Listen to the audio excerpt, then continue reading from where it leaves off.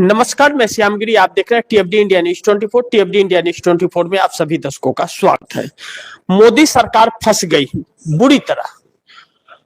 इस तरह तो गिर जाएगी सरकार। नीतीश भी छोड़ सकते हैं मोदी का साथ। बिहार से बड़ी खबर आ रही है, लेकिन पहले हम इस पर चर्चा करेंगे कि मोदी सरकार जो फंसी हुई है किस तरह। शीतल पी सिंह का, वरिष्ठ पत्रकार का एक ट्वीट इस वक्त देश में सुर्खियां बटोर रहा है। शीतल पी सिंह कह रहे हैं कि महादेव बेटिंग ऐप कांड, पीएमओ के प्रसार भारती तक हड़कंप मचा हुआ है। प्रसार भारती यानी कि आप दर्शक इसे यह समझ लीजिए कि प्रसार भारती से नवनीत सहगल ने इस्तीफा दिया है। तो महादेव बेटिंग ऐप कांड, पीएमओ में प्रसार भारती तक हड़कंप। पिछले 48 घंटों में सोशल मीडिया पर 3 नाम ट्रेंड कर रहे हैं, लेकिन टीवी चैनल्स पर पूरी तरह खामोशी छाई हुई है, जैसे कुछ ही ना हो। अब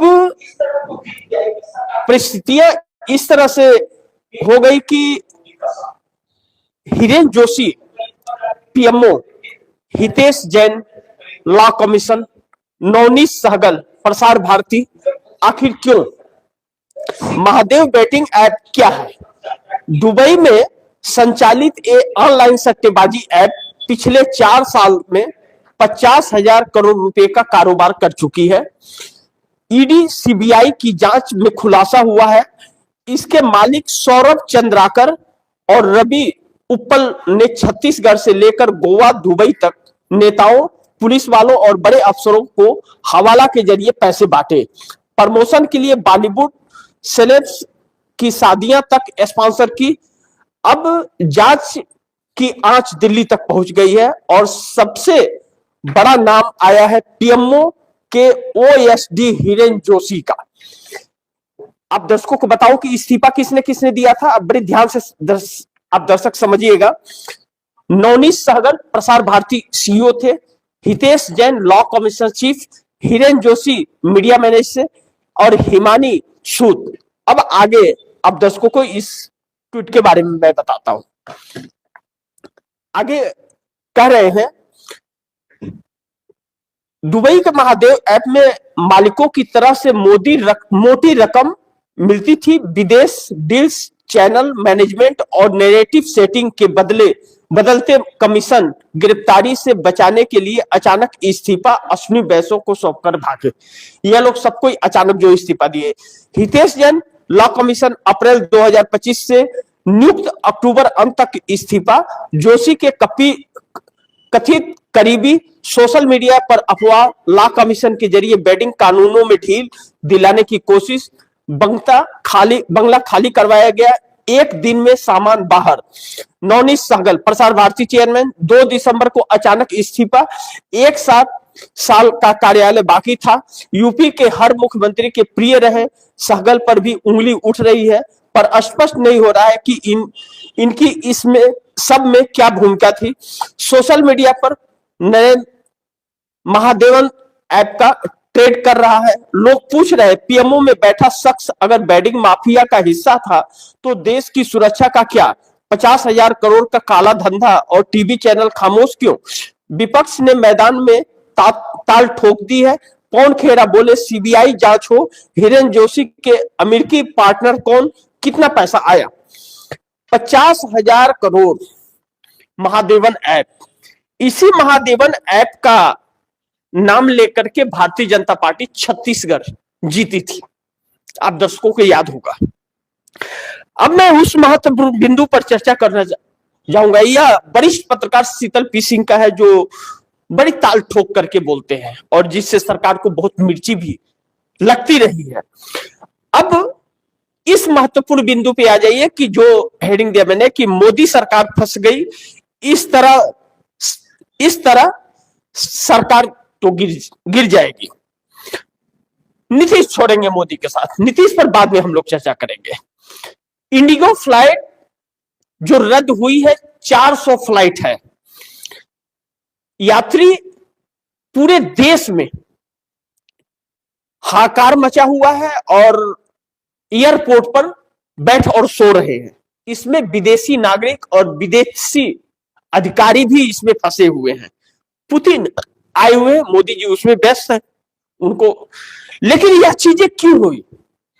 अडानी के हाथ में एयरपोर्ट है, अडानी को एयरपोर्ट सौंपा गया है और उड्डयन मंत्री चंद्रबाबू नायडू की पार्टी के टीडीपी के नेता है, वो अभी नायडू है। अब मंत्रालय नायडू के पास और एयरपोर्ट अडानी के पास। यह हर कोई जानता है कि जो उड्डयन मंत्री है उनके हाथ में कुछ भी नहीं है, जो भी है अडानी के हाथ में। अब दो सवाल बड़ी अहम है। इंडियन एयरलाइंस घाटे में जा रही थी तो इंडियन एयरलाइंस को टाटा को सौंप दी मोदी सरकार ने, अडानी नहीं लिए। एयरपोर्ट फायदे में जा रहा था तो अडानी को सौंप दिया। अब इंडिगो कौन लेगा? इंडिगो फायदा में है, लेकिन फिर भी इंडिगो का यह हाल है। क्या यह वैसे ही जैसे एनडीटीवी को बदनाम करने के लिए केस करके ईडी सीबीआई का कोर्ट में घसीटा गया और मिस्टर रॉय को पद से हटाया गया और एनडीटीवी पर कब्जा किया गया? उस वक्त रवीश कुमार भी थे, रवीश कुमार काम छोड़ दिए वहां से। रवीश कुमार किसी और के अंडर में काम नहीं करना चाहते थे क्योंकि स्वतंत्रता नहीं होती, जो आज हाल है एनडीटीवी का। एकदम सटीक बातें रवीश कुमार की निकली। अब क्या ऐसा तो नहीं कहीं कि जैसे एनडीटीवी को अडानी को दिया गया या एयरपोर्ट फायदे में था तो अडानी को दे दिया गया, इंडियन एयरलाइंस घाटा में था तो टाटा को दे दिया गया, अब इंडिगो पर कब्जा अडानी का कराने की यह तैयारी तो नहीं है एक सोची समझी रणनीति के तहत? बहुत ही महत्वपूर्ण चीजें हैं। जितने एयरपोर्ट नरेंद्र मोदी ने बनाए कोई चालू नहीं है, और चालू है तो बंद हो गया। कब चालू हुआ कब बंद हो गया यही पता नहीं किसी को चला। अब दूसरी चीज, चंद्रबाबू नायडू पर यह सवाल खड़ा हो रहा है कि उनको जो विभाग मिला है उड्डयन मंत्रालय का, उनके कोटे में, टीडीपी के कोटे में, उनका इसको लेकर के क्या जवाब है? जो यात्री परेशान है। अब दूसरी समस्या, पैसे भी रिफंड नहीं हो रहे। 5,000 रुपया का जो टिकट है इंडिगो का, रिटर्न प्राइस उसका मात्र 1,200 रुपये है, मात्र 1,200 रुपया। 3,800 रुपया कहां पप्पा के घर जा रहे हैं? सोचिए, 400 फ्लाइट एक बार रद्द, और इंडिगो के अलावा सरकार के पास कोई ऑप्शन नहीं है कि दूसरा फ्लाइट वहां मुहैया करा दे।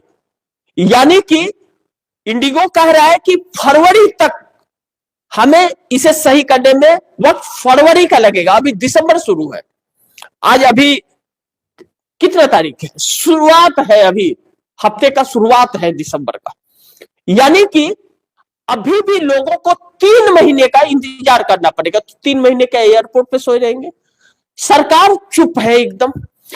अंदर सरकार पूरी तरह से हिल गई है। और आज नीतीश कुमार तेजस्वी यादव को अचानक ढूंढने लग गए चारों तरफ। अब नीतीश नाखुश है मोदी से और तेजस्वी यादव को ढूंढ रहे हैं। सवाल यह उठता है कि मोदी चारों तरफ फंस गए, सरकार गिरने के कगार पर है। अब आप दर्शक कहिएगा कि हमेशा सरकार गिरने की ही बात होती है कि सरकार गिर रही है, सरकार गिर रही है।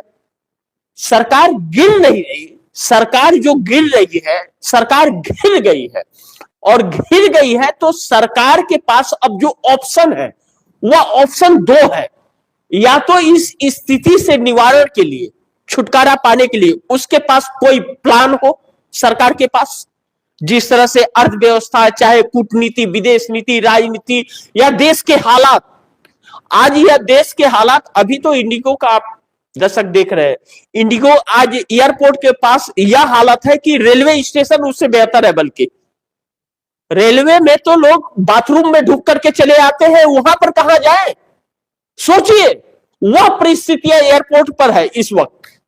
हर तरफ पूरे देश के फ्लाइटें, उड़ानें रद्द है, 400 उड़ानें। सोचिए, उसमें कोई बीमार है, कोई पढ़ने के लिए जा रहा है, कोई कुछ है, कोई कुछ है, सब परेशान है। सरकार को कोई चिंता नहीं है, उद्यान मंत्रालय की तरफ से कोई चिंता नहीं है, क्योंकि कोई ऑप्शन उनके पास नहीं है। यानी कि सरकार ने जो हवाई गुब्बारे छोड़ रही थी, वह गुब्बारा ऐसा फूटा कि उसमें से बदबू आ रही है, बदबू आ रही है। मैं तो अंधभक्तों को कहना चाहूंगा कि आज बजाओ ताली, अंधभक्तों बजाओ ताली और थाली। उसमें अंधभक्त भी है, जो मोदी मोदी किया करते थे, वह भी है। बजाओ ताली अंधभक्तों।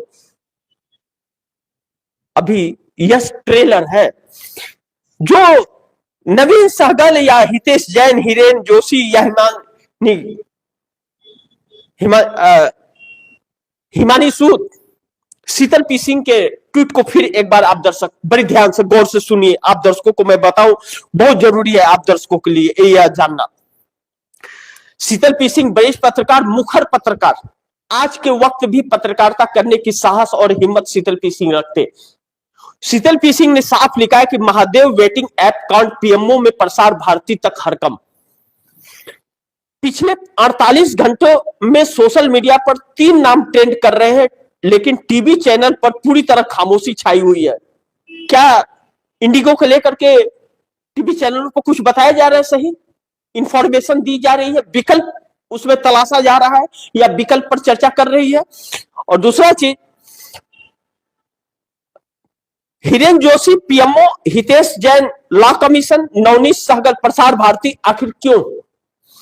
महादेव बेटिंग ऐप क्या है? दुबई में संचालित ये ऑनलाइन सट्टेबाजी ऐप है।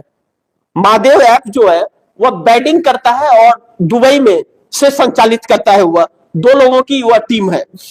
ऐसे में सट्टेबाजी ऐप पिछले 4 साल में 50,000 करोड़ रुपए का कारोबार कर चुकी है।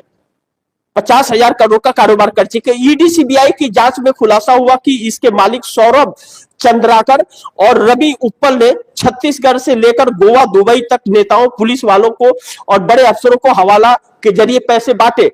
यानी कि साफ साफ यह किया जा रहा है कि रिपोर्ट यह बता रही है कि बड़े बड़े अफसर, नेता, मंत्री, पीएमओ तक 50,000 करोड़ में यह पैसे बांटे गए हैं हवाला के जरिए।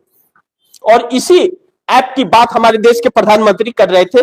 कहां? छत्तीसगढ़ में चुनाव भी जीते, गुमराह करके, धोखा देके लोगों को। आम जनता आज तक तो धोखा ही खाते आ रही है।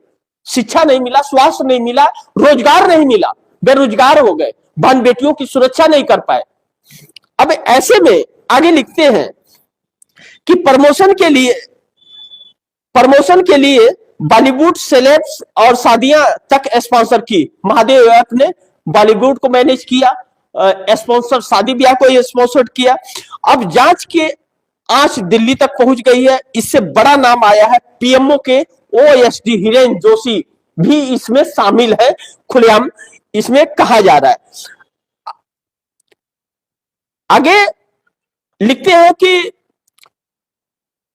दुबई से महादेव ऐप मालिकों की तरफ से मोटी रकम मिलती थी। विदेशी डील्स, चैनल मैनेजमेंट और नैरेटिव सेट करने के बदले कमीशन गिरफ्तारी से बचाने के लिए अचानक इस्तीफा। अश्विनी वैष्णव को सौंपकर भागे। इनकी गिरफ्तारी होनी थी, गिरफ्तारी हो जाती तो यह इस्तीफा देकर के भाग गए। अब आगे Hitesh Jain law commission member April 25 में नियुक्त हुए, अक्टूबर अंत तक इस्तीफा इनका आता है। जोशी के कपिल करीबी सोशल मीडिया पर अफवाह, लॉ कमीशन के जरिए बैटिंग कानूनों में ढील दिलाने की कोशिश, बंगला खाली करवाया गया, एक दिन में सामान बाहर। कमीशन का काम यह कर रहे थे, कमीशन ले रहे थे हर जगह से, और अचानक इनका बंगला भी खाली करा दिया गया, इनका भी इस्तीफा हो गया। जब पवन खेड़ा के प्रेस कॉन्फ्रेंस के बाद यह सारी चीजें हुई है, ध्यान रखिएगा आप दर्शक, अभी हम लोग उस पर चर्चा करेंगे। नवनीत सहगल नंबर 3 पर, प्रसार भारती चेयरमैन, 2 दिसंबर को अचानक इस्तीफा हो जाता है। एक साथ 1 साल का कार्यकाल बाकी है। अभी वो 2026 तक थे, लेकिन 2025 में ही 2 दिसंबर को इस्तीफा देकर के गायब हो जाते हैं। यूपी के हर मुख्यमंत्री के प्रिय रहे सहगल पर भी उंगली उठ रही है, पर स्पष्ट नहीं हो रहा है कि इस सब में क्या भूमिका थी। अब सहगल का क्लियरिफिकेशन नहीं हो रहा है कि उनका इसमें भूमिका किस तरह का भूमिका था, लेकिन अचानक इस्तीफा देकर के वह भी 9-2-11 हो गए। अब सोशल मीडिया पर Mahadev batting scam Hiren Joshi trend कर रहा है। लोग पूछ रहे हैं पीएमओ में बैठा शख्स अगर बेटिंग माफिया का हिस्सा था तो देश की सुरक्षा का क्या? 50,000 करोड़ का काला धंधा और टीवी चैनल खामोश क्यों? अब 50,000 करोड़ का काला धंधा पीएमओ में बैठ करके हो गया, सरकार के इजाजत के बगैर ऐसा थोड़ी हो जाएगा। अगर हो जाता तो अभी तक यह जेल के अंदर रहते। अब और भी कई लंबे ऐसे तार जुड़ रहे हैं जो बहुत जल्द इस्तीफों की और भी झड़ी लगेगी। अब सरकार बुरी तरह से फंस गई। एक तरफ देश की व्यवस्था चराचर आ गई, इंडिगो ने पोल खोल दिया सारा, और बेरोजगारी का आलम छाने वाला है। ऐसे में ऐसे ही रहा तो सरकार तो गिर जाएगी। सरकार के पास कोई शख्स ही नहीं बचा कि जो सरकार को चलाए। मोदी जी तो झंडा फहराते हैं और झंडा हिलाते हैं, इसके अलावा तो कोई काम नहीं है। चुनाव में जाके कनपटी पे कट्टा की बात करते हैं, रील बनाओ पैसा कमाओ की बात करते हैं, और अमित शाह सीधा कहते हैं कि यहां बिहार में तो कोई फैक्ट्री आ ही नहीं सकती, बिहार के पास जमीन नहीं है क्योंकि अडानी को देने हैं, अडानी से जब बचेगी तब तो कोई कंपनी जाएगी। अब दूसरी चीज, अब जैसे मैंने कहा कि मोदी सरकार फंस गई, इस तरह तो गिर जाएगी सरकार, नीतीश छोड़ देंगे मोदी के साथ। अब नीतीश पे जरा आ जाइए। नीतीश नाखुश हो गए मोदी से और तेजस्वी यादव को ढूंढने लगे। कहा जा रहा है कि लालू प्रसाद यादव से भी बातचीत नीतीश कुमार की हुई है। 1-2 दिन पहले मैंने यह खबर चलाई थी, आप दर्शकों को बताया था कि 126 विधायकों की पूरी लिस्ट तैयार हो चली है और नीतीश कुमार को यह जरूरी था कि सभी विधायक सदस्यता विधानसभा की ले ले, वह हो गया। अब नीतीश कुमार 2 काम कर रहे हैं। पहला कि नीतीश कुमार भारतीय जनता पार्टी को जो मंत्रालय मिला हुआ है उन मंत्रालयों की सभी फाइलों को सीएम ऑफिस में उन्होंने रोक दिया है। और दूसरा, सम्राट चौधरी पर फायर है बुलडोजर से, कि जो उनका बुलडोजर निकल पड़ा है बिहार के अंदर, उस बुलडोजर से नाखुश चल रहे हैं नीतीश कुमार। तो बुलडोजर शांत नहीं हो रहा है। जैसे योगी का बुलडोजर सुप्रीम कोर्ट के आदेश के बाद भी नहीं रुका, तो सम्राट चौधरी का नहीं रुक रहा है, तो सारे फाइल रोक दिए गए। अचानक विधानसभा के अंदर तेजस्वी यादव को ढूंढने लगे। तेजस्वी यादव नहीं थे, काहे नहीं है जी, कहां गया है? अब उनकी चिंता सताने लगी, कहा जा रहा है या इस तरह की चर्चाएं आ रही हैं। वह भी जल्द खुलासा होगा कि नीतीश कुमार अब तैयारी में लग गए हैं। लालू प्रसाद यादव से चर्चा हुई है और 126 विधायक, जो 85 के बाद के जो विधायक है, जो 85 सीट नीतीश कुमार के उसके बाद के जो है, सभी को एकजुट कर लेने के लिए यह वक्त बताएगा कि क्या वाकई 126 का यह जो आंकड़ा बनता है। असुद्दीन ओवैसी को 5 और बहुजन समाज पार्टी का 1, आईपी गुप्ता का 1, सीपीएम लेफ्ट इनका 2, 1 कांग्रेस का 6 और 25 आरजेडी का 126 यह होते हैं। क्या वाकई नीतीश कुमार 126 के साथ जा रहे हैं और एक कंफर्टेबल सरकार चलाने जा रहे हैं? तब तो शायद बिहार का भाग जग जाए।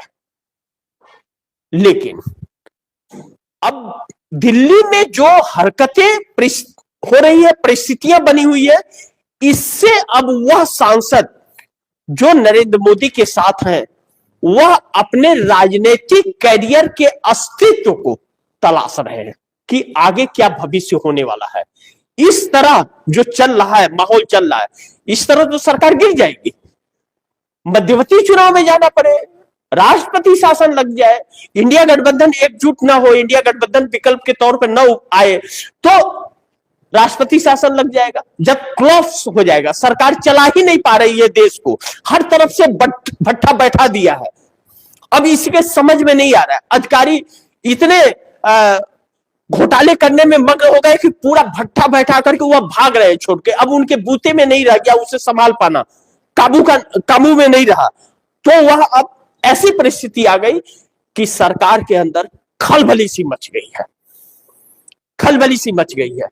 और सांसद भी जो समर्थित है वह इनसे अब छुटकारा पाना चाहते हैं, अपना पैर खींच करके इनको छोड़ करके भागना चाहते हैं। यानी कि दुविधा में दोनों गए और रहमन मिले न राम। मोदी जी न तो विष्णु बन पाए न विश्वगुरु बन पाए और डंका की लंका लगा दिया। अब चंद्रबाबू नायडू के पार्टी के को मिला है उड्डयन मंत्रालय। अब उनके मंत्री है नायडू। वह नायडू जब एयर इंडिया फ्लाइट क्रैश किया था गुजरात में तो रील बनाने लगे थे, वो भी उनको भी असर पड़ गया। मतलब कहते हैं संगत का असर तो पड़ता है भाई, संगत का असर पड़ता है, पड़ गया संगत का असर, रील बनाने लगे। अब वह नायडू भी इनसे छुटकारा पाने की फिराक में है। तो ऐसे तो कैसे चलेगी सरकार, ऐसे तो सरकार गिर जाएगी। अब इन परिस्थितियों में मोदी और भी मुश्किलों में घिर गए हैं और अब इनके पास रास्ता नहीं है। आप दर्शक थोड़ा सा इंतजार कीजिए, पुतिन आए हुए हैं।